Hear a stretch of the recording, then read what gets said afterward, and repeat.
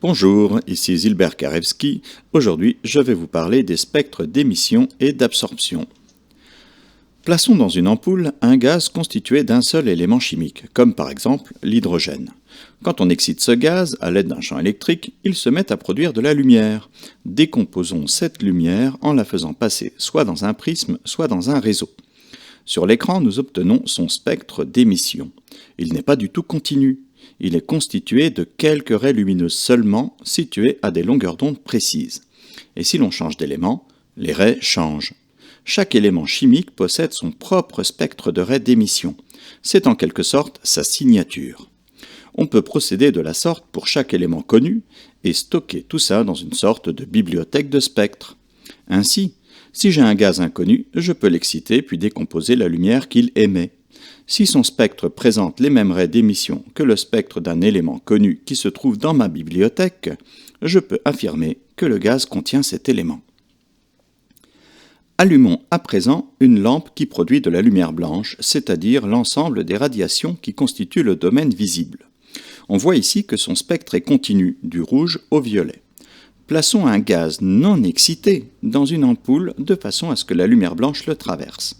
Décomposons enfin la lumière qu'il a traversée afin d'observer son spectre. Nous voyons cette fois-ci des raies noires.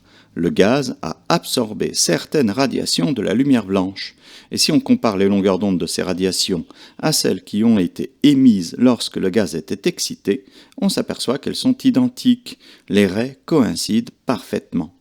Ainsi, un élément chimique est capable d'absorber des radiations de même longueur d'onde que celles des radiations qu'il est capable de produire lorsqu'il est excité. Les raies d'absorption sont donc, comme les raies d'émission, des signatures d'un élément chimique donné. Alors, à quoi tout cela va-t-il nous servir ? Par exemple, à déterminer ce qu'il y a dans les couches externes des étoiles. La partie centrale d'une étoile, la photosphère, produit de la lumière blanche, mais il y a autour de la photosphère une couche gazeuse plus froide, la chromosphère. Lorsque la lumière traverse la chromosphère, les éléments qui s'y trouvent en absorbent une partie. Ainsi, lorsque la lumière du Soleil arrive sur Terre et que nous la décomposons, nous observons un spectre parsemé de raies d'absorption. Il suffit alors de comparer les longueurs d'onde de ces raies à celles des éléments connus. Prenons par exemple, pour le Soleil, le spectre de l'élément hydrogène.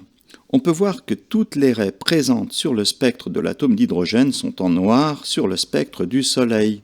Cela signifie que la chromosphère du Soleil contient bien l'élément hydrogène. Compris ?